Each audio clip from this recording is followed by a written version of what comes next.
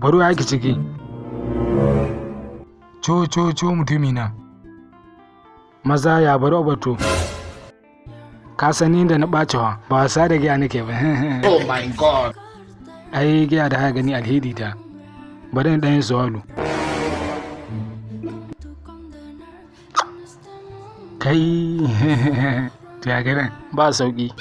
Da yanzu gaba da abubuwa so nake ce min. To ai ba kai da ba kowa da kowa ma so nake ce ma. Kaga lokaci ne kawai ka bar damuwa da. To ya kai aboki na dole in shiga damuwa. Sabida matata ta yi mugun tsanata. Kuma tana cikin gidan. A ni yanzu ban ma san da take ba uhu. Ta dai ta banna nan. Akwai matsala kenan.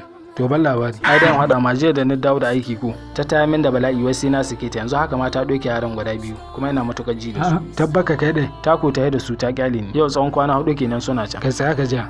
Ni ka san abin da ka damu na. Matata ni ko dana na doke ta. To ai kai ka iya zama cikin gabata ne. Ni da kai gani na kai karshen yau gara mai a mota gaba ɗaya in bar duniya in huta. Shi yasa ma na ta na so goba na zo ba ci.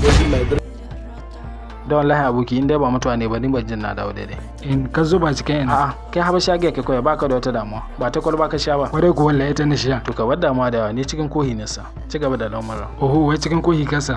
Alhamdulillah. Kace ina kan nasa goban nan haba cikin wanga wuri. Me gida ka dan sauri ka kawo min canjin. No need that for anything. Hey, Jesus Christ.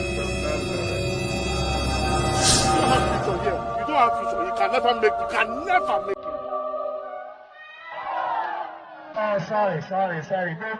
Don't cry.